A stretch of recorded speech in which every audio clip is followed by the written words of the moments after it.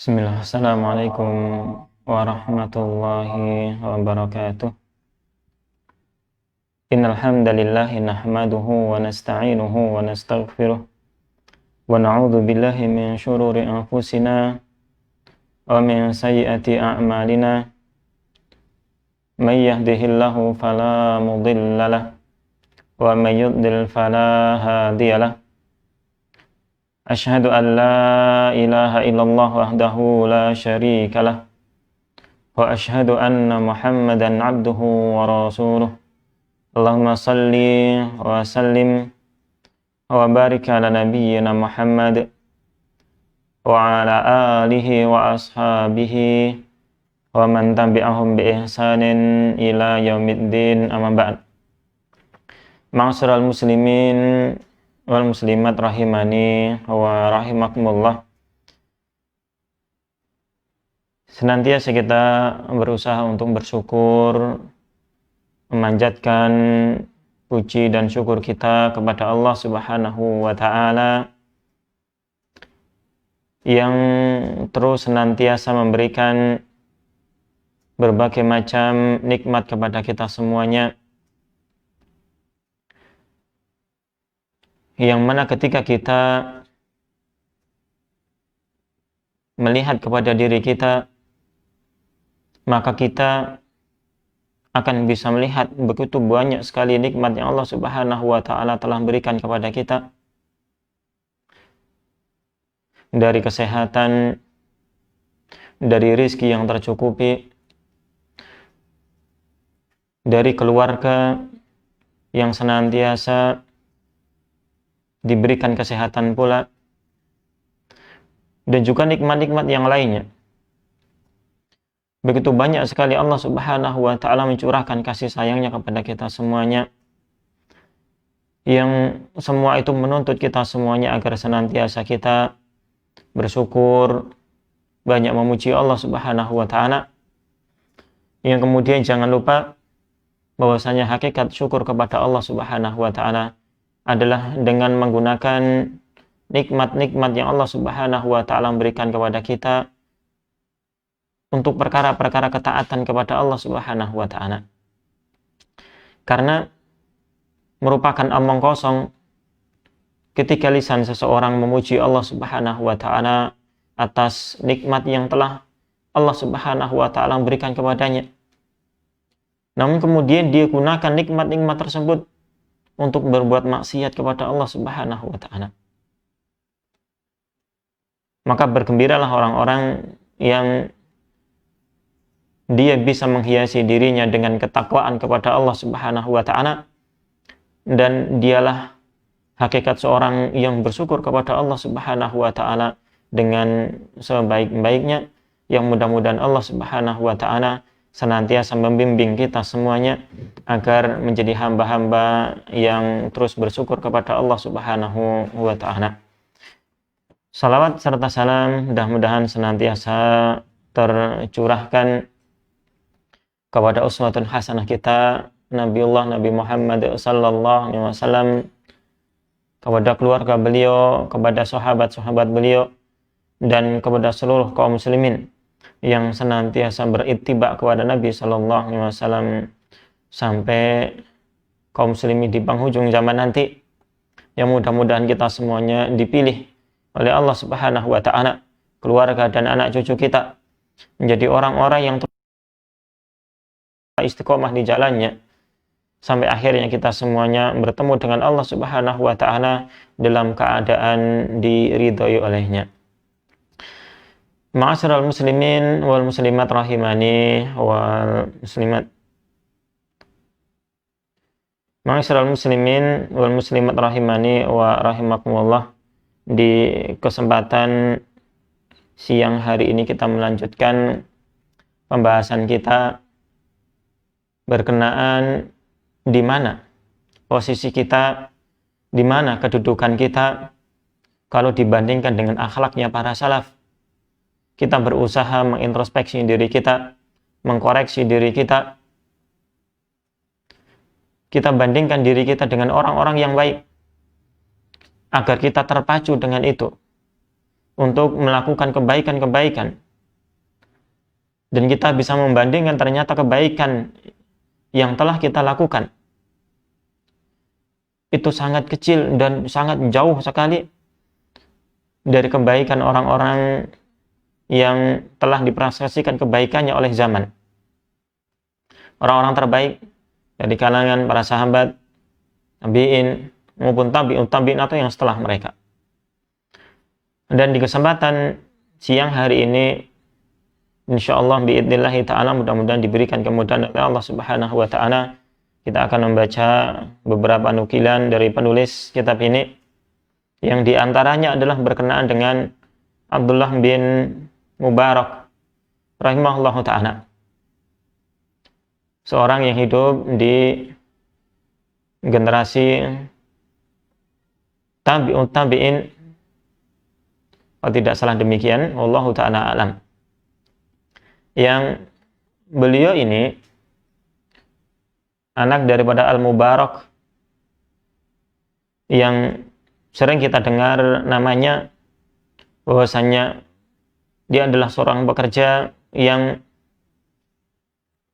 sangat amanah, sampai-sampai tuannya memintakan untuk dipetikkan buah delima yang manis, yang kemudian dia berikan ternyata kecut. Tuannya marah-marah, kemudian disuruh nyari yang manis, dicoba, dibelah satu demi satu, dirasakan, ternyata rasanya kecut semuanya. Kemudian sang tuan berkata kepadanya, apakah engkau tidak mengetahui mana buah yang manis dan buah yang kecut? Dia mengatakan tidak tahu. Ya, kenapa demikian? Apakah nggak pernah makan buah itu? Ya, dia jawab, dia tidak pernah makan karena Tuhan tidak pernah mengizinkannya. Maka dengan itu sang tuan itu tahu bahwasanya dia benar-benar dia benar orang yang sangat-sangat amanah. Sampai bekerja bertahun-tahun menjadi penjaga kebun buah, belum pernah merasakan buah yang ditunggunya. Sangat-sangat luar biasa sekali. Dengan itu sang tuan itu menikahkan Al-Mubarak dengan putrinya, yang kemudian melahirkanlah salah satu di antara anaknya yang kita kenal dengan Ibnul Mubarak, yang kita akan baca kisahnya atau salah satu di antara kisahnya di siang hari ini biidznillah ta'ala. Nah, berkatalah penulis hafizahullah ta'ala di sini, Muhammad bin Al-Muthanna, dia mengatakan, haddatsana Abdullah bin Sinan, telah menyampaikan kepada kami Abdullah bin Sinan. Dia mengatakan, kuntu ma'abdil Mubarak, aku pernah bersama dengan Abdullah bin Al-Mubarak, wa Mu'tamar bin Sulaiman, dan juga bersama dengan Mu'tamar bin Sulaiman di Tarsus, yakni di Tarsus, yang mana Abdullah bin Mubarak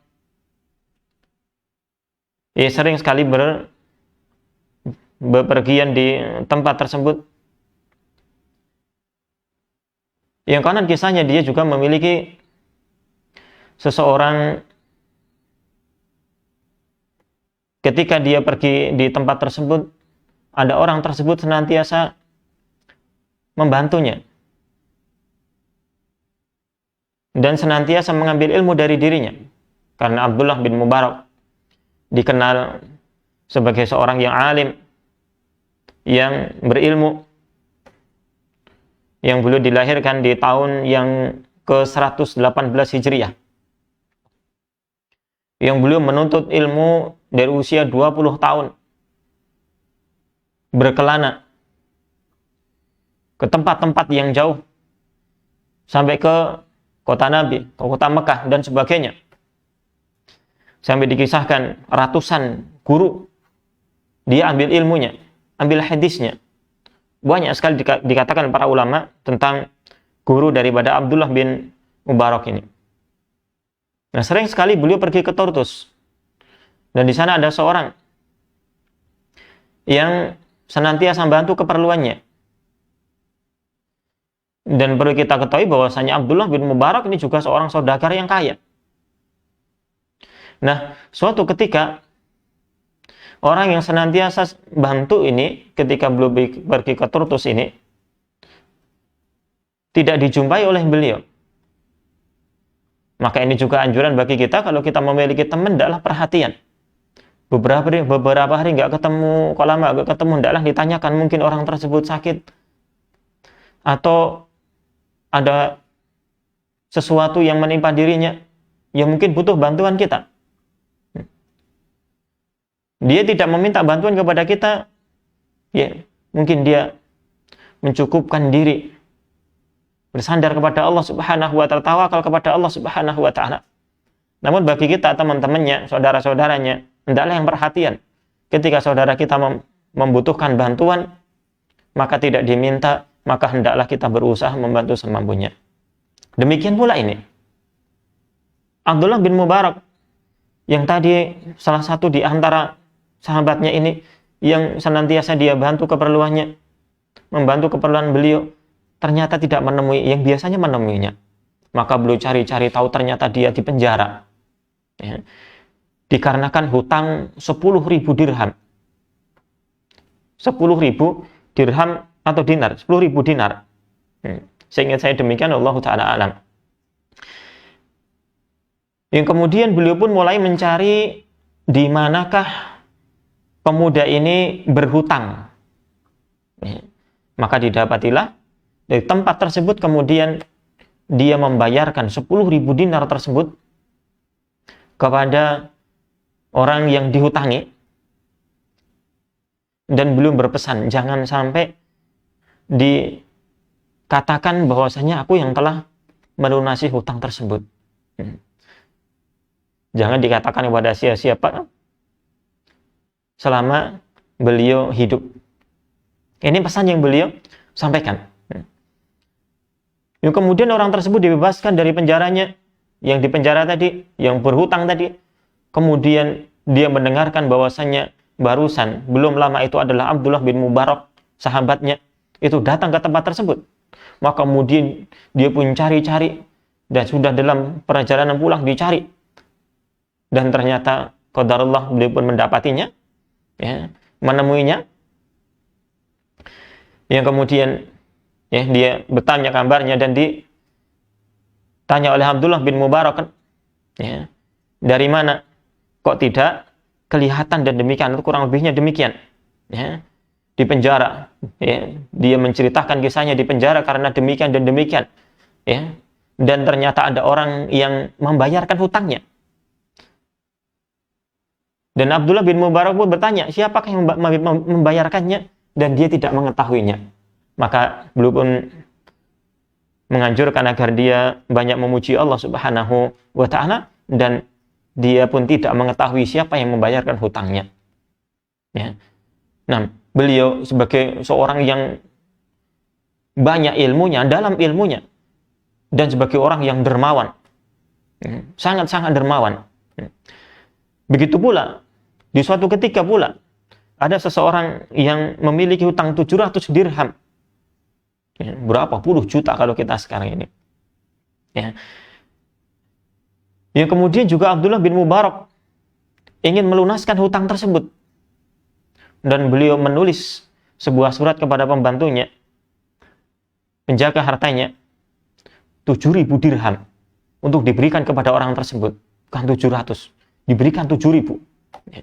Kemudian sang penjaga mengatakan, kalau diambil sebanyak itu, maka mungkin ini akan habis hartanya. Maka beliau menimbali, kalau umur saja itu bisa habis, maka harta pun demikian, maka berikan semuanya. Mengingat kematian. Umur saja mungkin ini akan segera habis.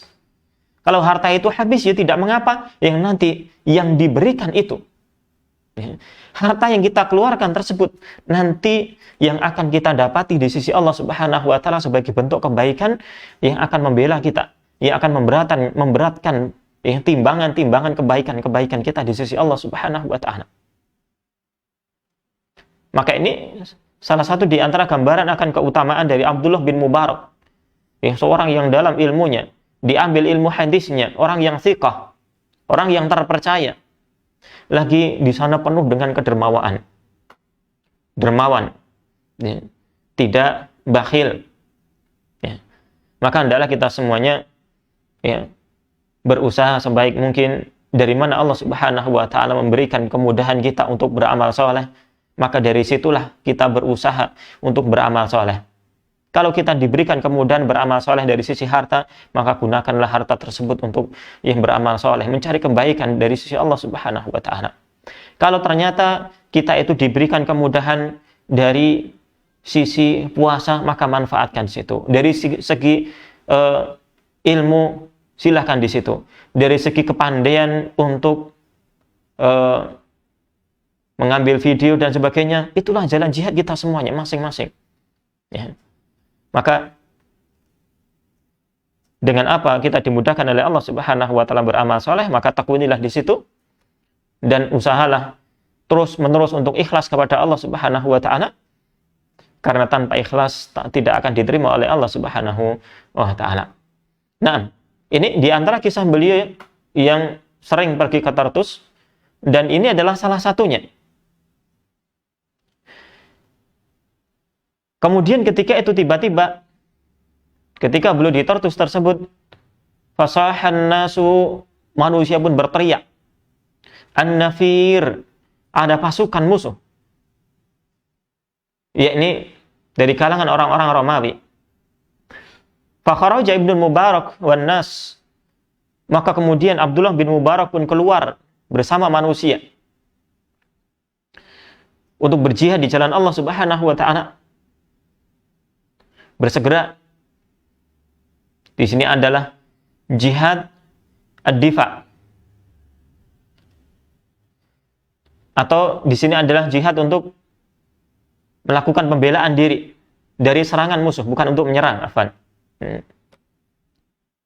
Maka berjihad ketika di dalam keadaan ini, suatu tempat diserang oleh musuh, maka jihad itu menjadi fardu ain bagi orang-orang yang mampu.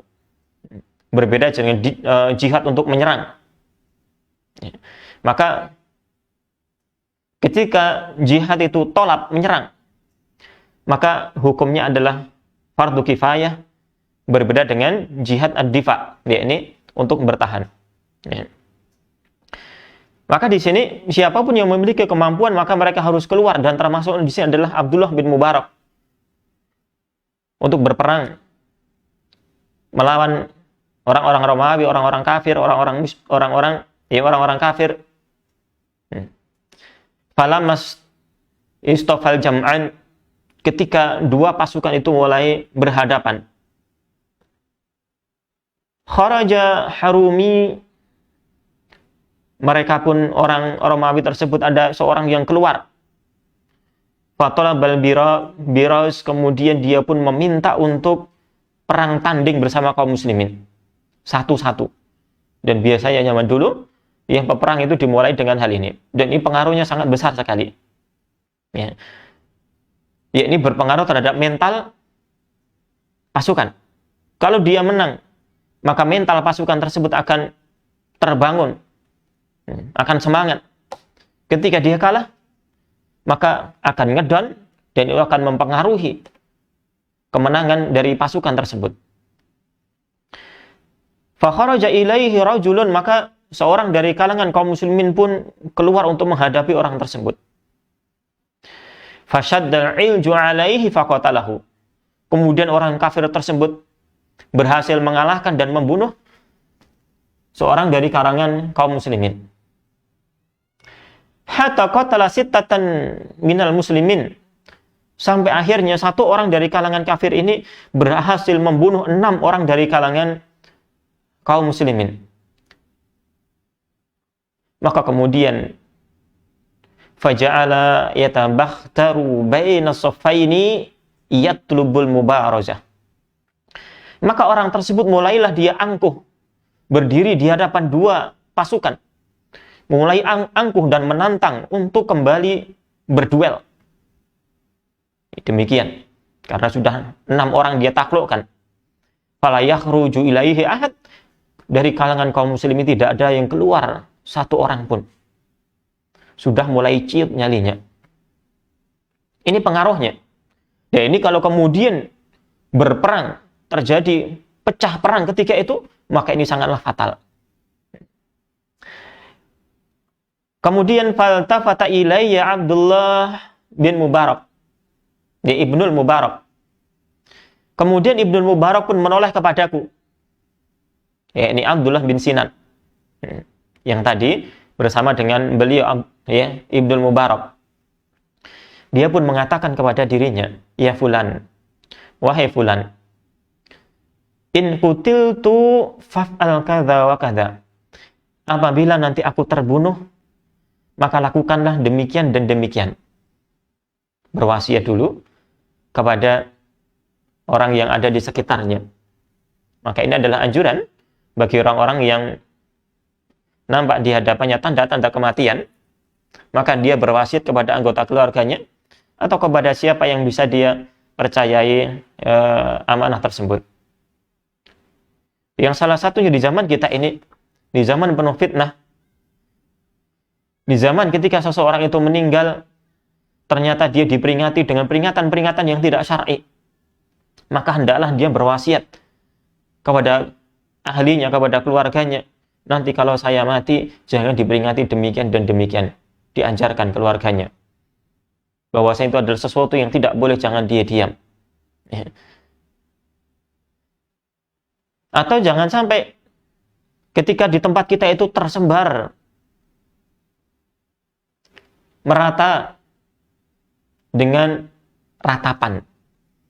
Ketika ada orang meninggal mesti diratapi.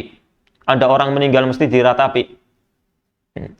Ketika itu sudah menjadi kebiasaan manusia, maka hendaklah kita berwasiat jangan sampai nanti kalau saya mati, saya diratapi.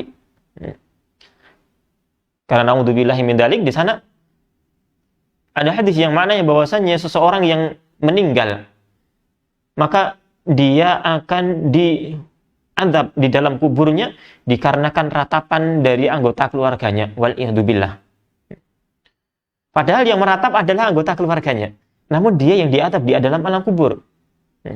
Apa kaitannya di sini? Padahal kita mengetahui, ya, bahwasanya seseorang tidak akan menanggung kesalahan orang lain. La taziratu wizra ukhra. Seseorang tidak akan menanggung dosa orang lain. Ya. Namun di sini dikatakan, sebagian ulama yang mengatakan, saya adalah Syalbani rahimahullah ta'ala, yang salah satunya disebabkan dia tidak mengajarkan kepada keluarganya. Dia tidak memberikan wasiat kepada keluarganya ketika dia mati, ya, jangan saya diperlakukan demikian dan demikian, sedangkan dia mengetahui kebiasaannya akan seperti itu. Ya. Dia tidak memberitahukan kepada keluarganya, tidak mengajarkan kepada keluarganya. Ya. Maka dikarenakan sikap lalainya tadi, kemudian keluarganya meratap atau melakukan keburukan, maka wal'iyadzubillah dia merasakan hasil dari keburukan yang dilakukan oleh orang lain tersebut. Na'udzubillahi min dzalik. Ma'asyiral muslimin wal muslimat rahimani wa rahimakumullah.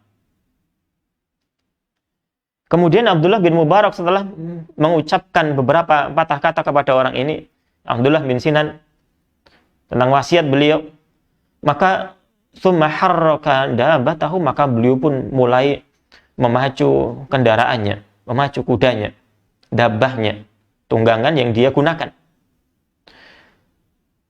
Fabarajadil ilji, maka beliau pun berduel, melayani si orang kafir tadi yang sudah berhasil mengalahkan 6 orang dari kalangan kaum muslimin. Fa'ala jama'u sa'atan, maka dia pun berhadapan dengan orang kafir tersebut beberapa saat, berperang dengan dahsyatnya, dengan penuh dengan keberanian. Ya. Tidak surut keberaniannya, walaupun dia melihat sudah orang itu mengalahkan 6 orang dari kalangan kaum muslimin. Akhirnya faqatalal ilja, maka beliau pun berhasil membunuh orang kafir tadi. Jadi pasukan musuh tadi. Wa talabal mubarazah, sekarang gantian dari Abdullah bin Mubarak, dia meminta untuk perang tanding, menantang mereka. Fabarajalahu iljun akhar, kemudian orang kafir yang lain pun mulai dia muncul untuk melayani tanding bersama Ibnul Mubarak. Faqatalahu, akan tetapi Abdullah bin Mubarak pun berhasil membunuhnya. Hatta qatala sittata urujin, sampai beliau pun berhasil membunuh 6 orang dari kalangan orang-orang kafir. Ya. Sekarang imbang antara kaum muslimin dengan mereka. Wa talabal miraj, dan beliau kembali meminta tanding bersama mereka lagi. Siapa lagi yang berani? Ya. Faka'annahum ka'u anhu, maka seolah-olah mereka pun takut kepada Abdullah bin Mubarak, ya, sebagaimana pasukan kaum muslimin tadi takut dengan salah satu orang kafir yang menang tadi. Maka ketika sudah tidak ada yang melayani untuk duel dari kalangan orang-orang kafir, maka beliau pun memacu tunggangannya. Wa tarada baina safaini, dan beliau melaju di antara 2 barisan pasukan, dipaju dengan kencang. Summa ghaba, kemudian hilang. Falam nash'ur bi syai'in, kemudian kami pun tidak merasakan apa-apa, seperti seolah-olah tidak ada yang terjadi. Seling demikian, kemudian seperti seolah-olah tadi tidak ada. Wa idza ana bihi fil maudhi'il ladzi kana, dan tiba-tiba aku sudah bersama dengan beliau lagi di sebuah tempat yang tadi dia itu berada di situ. Yang tadi kelihatan pergi jauh, namun kemudian tiba-tiba sampai di situ lagi. Maka ini wallahu ta'ala alam, ya mungkin adalah sebuah karamah yang Allah Subhanahu wa taala berikan kepada beliau Ibnul Mubarak. Kemudian faqala li, kemudian Abdullah bin Mubarak pun dia mengatakan kepada dirinya, ya Abdullah, wahai Abdullah, wahai hamba Allah, la in hadatsna bihadza ahadan, janganlah engkau sampaikan ini kepada seorang pun. Jangan kamu ceritakan ini kepada seorang pun. Wa ana hayyun, sedangkan aku masih hidup. Kalau sudah mati terserah. Ya. Kalau sudah mati terserah. Ya, kalau sudah mati, kalau masih hidup jangan kau ceritakan kepada siapapun. Nah, inilah dari judul yang kita bahas. Bukan untuk dipuji. Ketika seseorang melakukan sebuah kebaikan, harusnya kita ingat. Harusnya kita tanamkan pada diri kita itu mencari kebaikan dari sisi Allah Subhanahu wa taala. Mengharapkan ridhonya, mengharapkan pahalanya. Kita ingin dimasukkan ke dalam surganya, bukan untuk mengharapkan pujian dari manusia. Riya, yang dulu kemarin kita telah sampaikan, sesuatu yang paling ditakutkan oleh Rasulullah SAW untuk menimpa kaum muslimin. Kenapa demikian? Dikarenakan faktor pendorong untuk riya itu ada pada setiap kaum muslimin. Bahkan pada setiap orang. Yaitu setiap orang mau tidak mau harus diakui dia itu senang untuk dipuji oleh orang, senang untuk mendapatkan kedudukan di hati orang. Maka wal'iyadzubillah, kalau seseorang itu menggunakan amal ibadahnya kepada Allah Subhanahu wa taala, kemudian dengan amal ibadah tersebut dia gunakan untuk apa? Untuk mencari-cari pujian manusia. Wal'iyadzubillah, na'udzubillah, summa na'udzubillah. Maka ini kaum muslimin wal muslimat rahimani wa rahimakumullah, sesuatu yang harus kita ingat. Kita beramal bukan untuk mencari pujian manusia, bukan untuk dilihat manusia, akan tetapi adalah bagaimana kita mendapatkan kedudukan yang tinggi di surga Allah Subhanahu wa taala. Merasakan dengan berbagai macam kenikmatan yang Allah Subhanahu wa taala akan berikan kepada hamba-hamba yang Allah Subhanahu wa taala kehendaki. Nah, mudah-mudahan Allah Subhanahu wa taala menjadikan kita sebagai hamba-hamba yang taat, ya, yang semangat dalam melakukan ketaatan dan dimudahkan untuk ikhlas kepada Allah Subhanahu wa taala. Nah, ma'asyiral muslimin rahimani wa rahimakumullah. Di kisah yang berikutnya, atau kita ambil beberapa pelajaran di sini yang harusnya kita itu yang semangat untuk berjihad di jalan Allah Subhanahu wa taala, sebagaimana yang semangatnya beliau Ibnul Mubarak, ya, ketika dipanggil untuk jihad, teriakan jihad, maka keluar langsung berserta dengan kaum muslimin, ya, tanpa kita pikir panjang, maka hendaklah kita, ya, berjihad sebisa kita. Demikian pula ibadah. ketika datang kesempatan ibadah, maka hendaklah jangan pikir panjang. Jangan sampai karena kita mau mikir panjang, ya, kita mau melakukan sesuatu kita pikir panjang. Misalkan dalam sedekah, misalkan kita pikir panjang. Nanti ini, nggak jadi sedekah, nggak jadi beramal soleh. Barangkali ketika kita mikir panjang untuk melakukan kebaikan tersebut, jangan-jangan kesempatan tersebut kemudian lari yang tidak akan pernah kembali lagi. Ya. Nah, mereka kaum muslimin bersemangat untuk berjihad di jalan Allah Subhanahu wa taala karena memang jihad itu adalah amalan yang sangat-sangat luar biasa sekali. Sangat-sangat tinggi kedudukannya di sisi Allah Subhanahu wa taala. Ya. Abu Hurairah radhiyallahu taala anhu pernah menyebutkan bahwasanya ada seseorang yang berkata kepada Rasul sallallahu alaihi wasallam. Dia berkata kepada Rasul sallallahu alaihi wasallam, seseorang ini, "Ya Rasulullah, ma ya'dilul jihad fi sabilillah azza wa jalla." Amalan apa yang menyamai keutamaannya dengan jihad di jalan Allah Subhanahu wa taala? Apa amal yang seimbang? Apa amal yang sama dengan jihad di jalan Allah Subhanahu wa taala? Ya, ini. Maka Rasul sallallahu alaihi wasallam mengatakan, la tastati'unahu, kalian enggak akan mampu melakukannya. Kemudian diulang lagi, sampai diulang lagi, dan beliau cuma menjawab, la tastati'unahu, kalian enggak mampu melakukan amalan tersebut. Ya. Maka akhirnya beliau di kesempatan yang ketiga, maka beliau pun menjawab permisalan orang yang berjihad di jalan Allah Subhanahu wa taala yang dikatakan oleh Nabi SAW, kalian enggak akan mampu untuk menyamainya. Ya. Enggak akan mampu untuk melakukan amalan tersebut. Beliau mengatakan, mathalul mujahidi fi sabilillahi kamathalis sha'im al-qa'im al-qanit bi ayatillahi la yafturu min siyamin wala salatin hatta yarji'a al-mujahidu fi sabilillahi ta'ala. Ya. Lihat. Permisalan orang yang berjihad di jalan Allah Subhanahu wa taala ini adalah seperti orang yang puasa, orang yang sholat, orang yang terus dia baca ayat-ayat Allah Subhanahu wa taala. Dia tidak berbuka dari puasanya, tidak berhenti dari sholatnya sampai yang berjihad itu balik dari jihad di jalan Allah Subhanahu wa taala. Berjihadnya berapa bulan? Ya, berapa hari? Ya, kalau mau menyamai, ya di situ puasa terus, sholat terus, ya, baca Quran dalam sholatnya terus, ya, sampai nanti yang jihad itu balik. Maka tidak ada satupun yang mampu di antara kita semuanya. Ya, ini. Sebulan kita nggak makan, seminggu, ya mungkin sudah mati. Ya, pergi puasa sebulan ya. Ya. Puasa Senin Kamis saja bolong-bolong ya. Ya. Nah, nasallallahu alaihi wasallam. Ini kelemahan kita semua orang-orang di akhir zaman. Ya, lemah di dalam apa? Beramal soleh.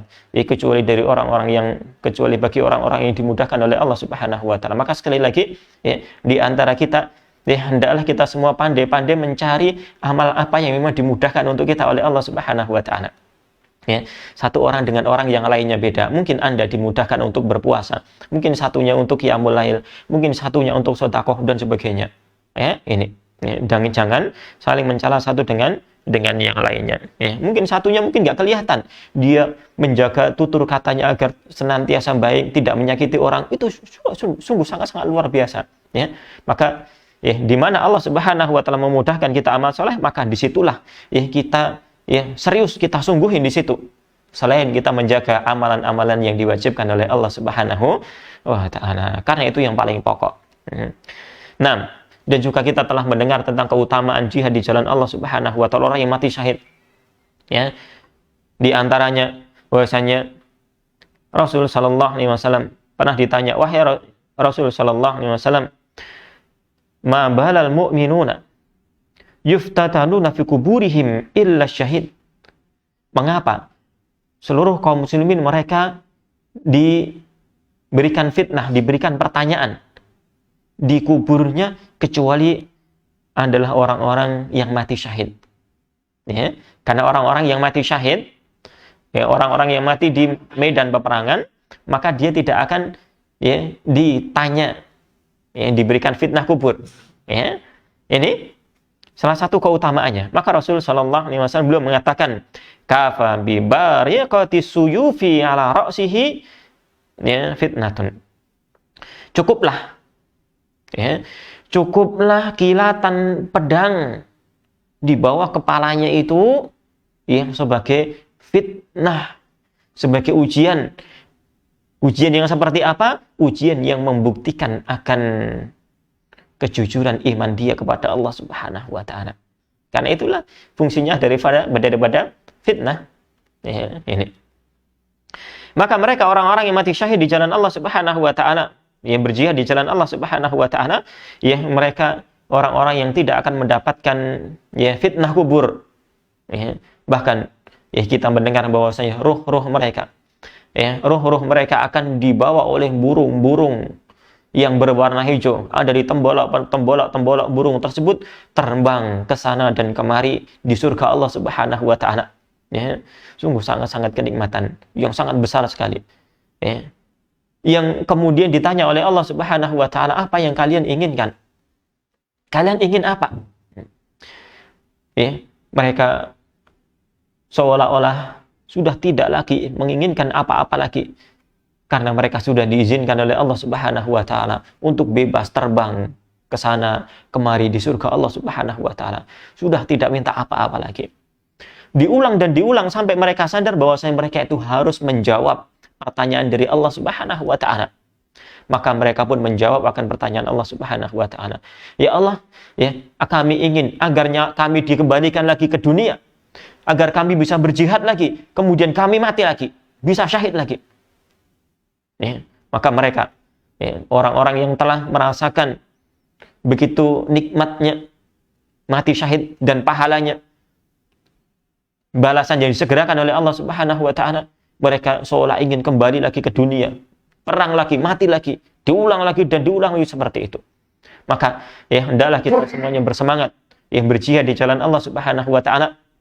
Ya, kalau melawan musuh belum ada, ya, belum tiba saatnya, maka sekarang ini ya, jihad bil ilm, dengan amal, ya, dengan jiwa kita, dengan harta kita, semampu kita, kita kerahkan diri kita untuk berjihad di jalan Allah Subhanahu wa taala, untuk membela agama Allah Subhanahu wa taala. Nah, ma'asyiral muslimin wal muslimat rahimani wa rahimakumullah. Kemudian kita baca yang berikutnya. Nah, kemudian penulis berikutnya mengatakan, wa an Ahmad bin Ishaq, dari Ahmad bin Ishaq. Beliau mengatakan, akhbarana al-Fathu, telah mengabarkan kepada kami Al-Fatah Ibnu Abdissalam bin Abdissalam. Akhbarana Muhammad bin Umar, telah mengabarkan kepada kami Muhammad bin Umar. Wa Abu Ghalib Muhammad bin Ali, dan juga menyampaikan kepadaku Abu Ghalib Muhammad bin Ali, dan juga Muhammad bin Ahmad At-Taraif. Qalu, mereka semua mengatakan, amba'ana Abu Ja'far Muhammad bin Ahmad, telah menyampaikan kepada kami Abu Ja'far Muhammad bin Ahmad. Amba'ana al-Fadlu Ubaidullah bin Abdurrahman, telah menyampaikan kepada kami al-Fadl, yakni Abdullah bin Abdurrahman. Haddatsana Ja'far bin Muhammad, telah menyampaikan kepada kami Ja'far bin Muhammad. Haddatsana Amr bin Utsman al-Khamsi. Haddatsana Baqiyah. Haddatsani Safwan bin Amr. Haddatsani Sulaim bin Amir. Haddatsani Jubair bin Nufair. Annahu, bahwasanya beliau Jubair bin Nufair, Sami'a Abu Darda, telah mendengar bahwasanya Abu Darda, maka dia adalah berkenaan dengan Abu Darda, salah seorang sahabat yang mulia, sahabat Nabi Shallallahu Alaihi Wasallam yang penuh dengan kemuliaan, penuh dengan keutamaan.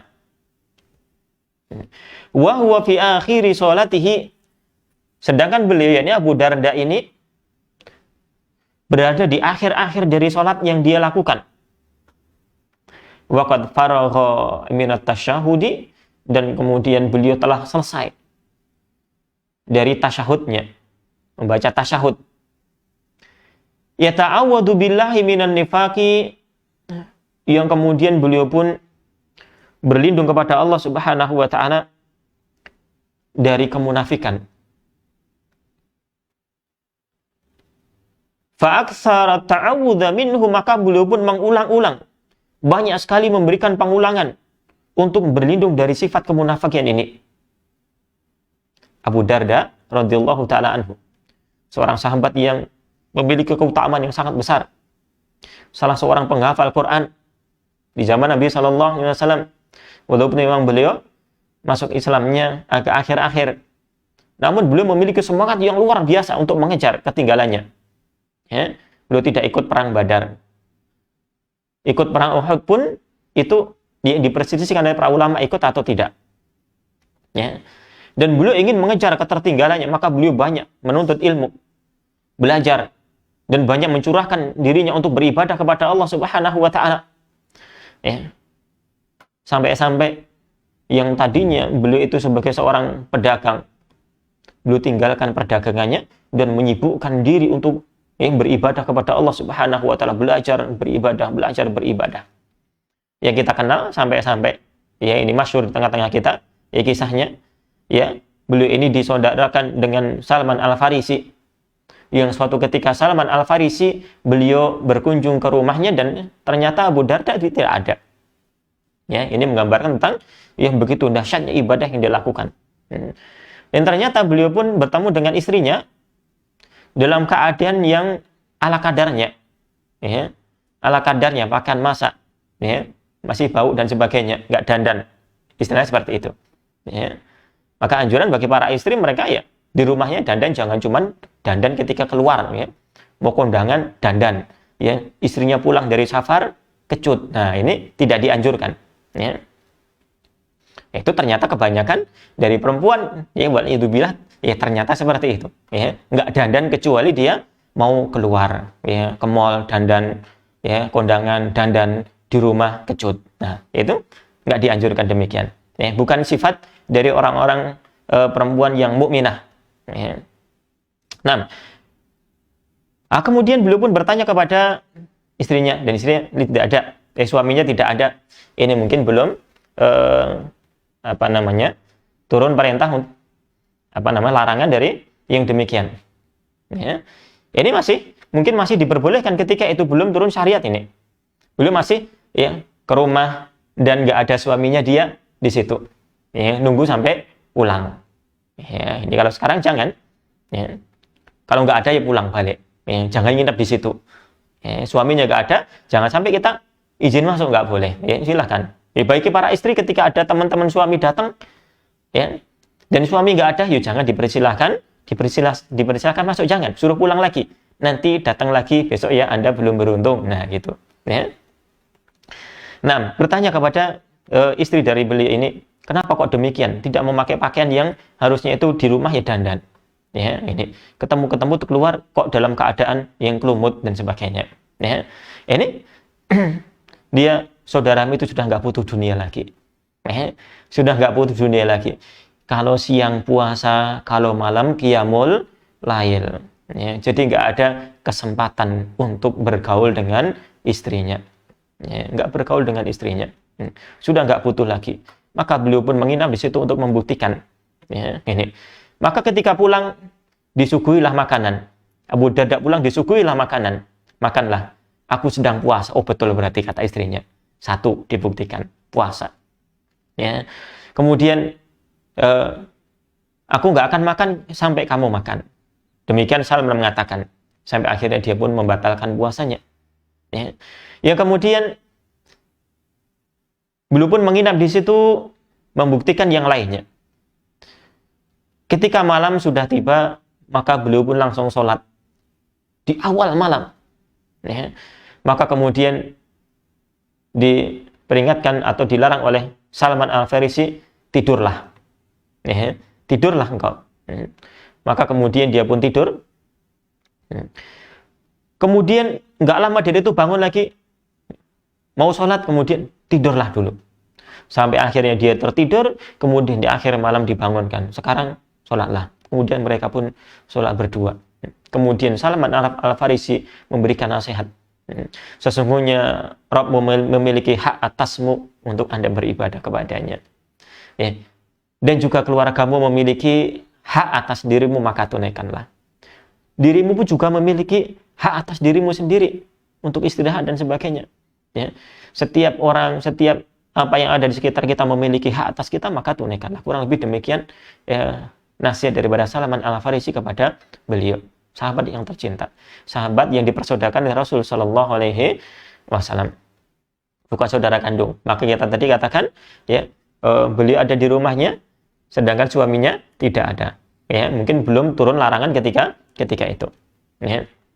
Maka kemudian Abu Darda tidak langsung menerima nasihat tersebut, maka beliau pun pergi kepada Rasul Sallallahu Alaihi Wasallam di keesokan harinya, yang mengatakan tentang apa yang dikatakan oleh Salman Al-Farisi, dan Nabi SAW membenarkan hal tersebut.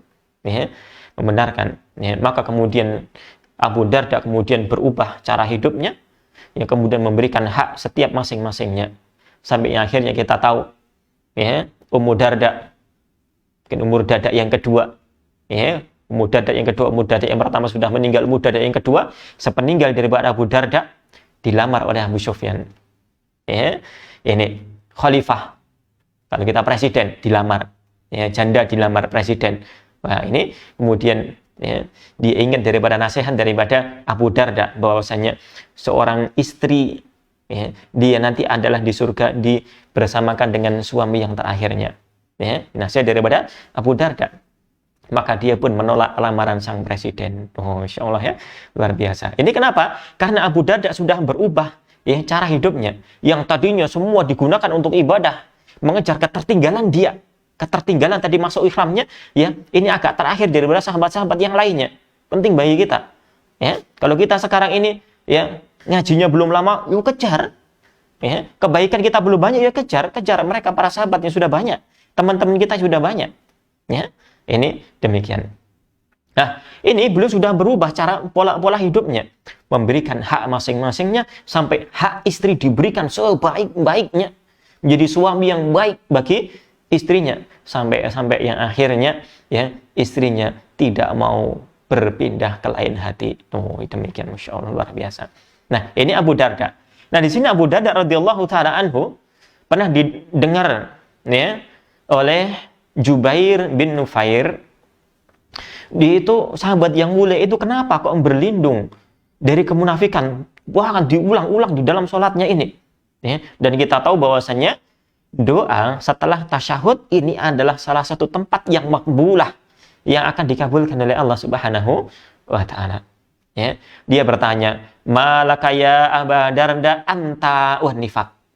Ada apa wahai Abu Darda antara engkau dan kemunafikan? Kenapa? Ya, kok kamu berlindung terus dari kemunafikan? Ya, maka Abu Darda mengatakan, ya, dakna angka, tinggalkanlah aku, menjauhlah engkau dariku. Ya, dakna angka, diulang lagi demikian. Ya, ini. Fa wallahi, demi Allah.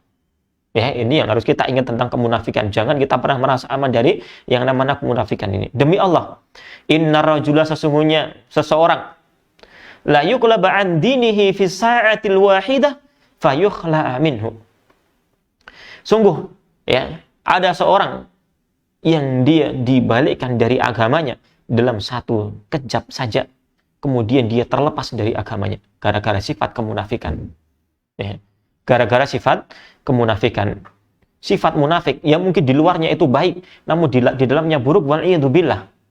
Ya, kemudian sifat yang buruk tadi di dalam hatinya, sifat kekufuran yang tersembunyi di dalam hatinya tadi, nanti suatu saat nanti itu akan dikeluarkan oleh Allah Subhanahu wa Ta'ala. Ya. Kemudian orang tersebut akan, ya, berbalik dari agama Islam, kemudian terlepas dia, terpelanting, ya, keluar dari agamanya, wal'iyadzubillah. Ya.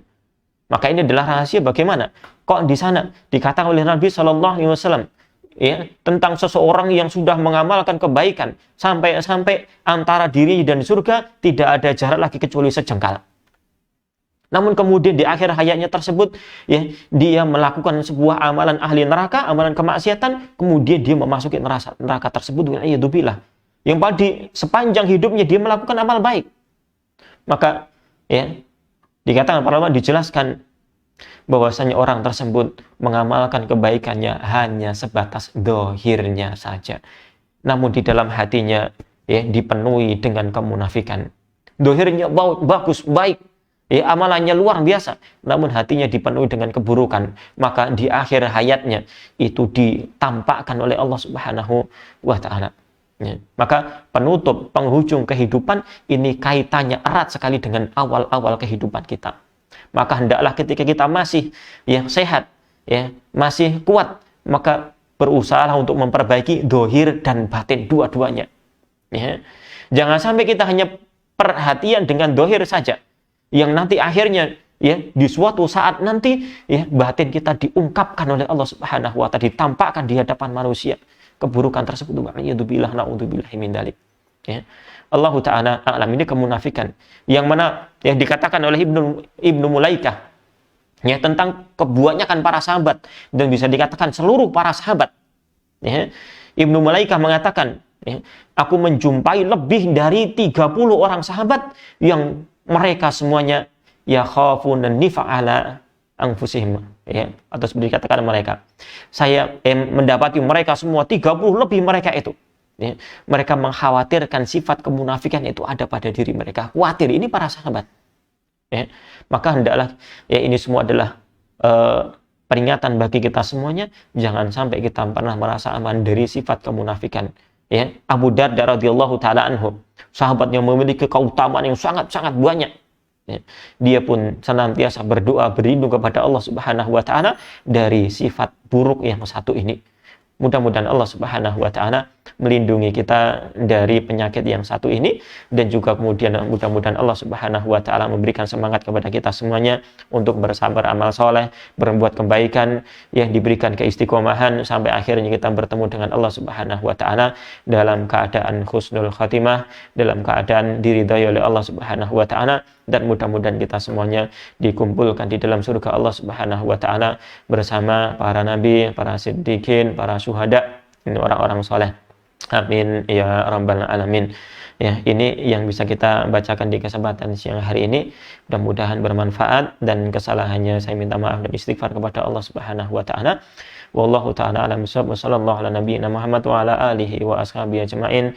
Subhanakallahumma bihamdika asyhadu alla ilaha illa anta astaghfiruka wa atubu ilaik. Assalamualaikum warahmatullahi wabarakatuh.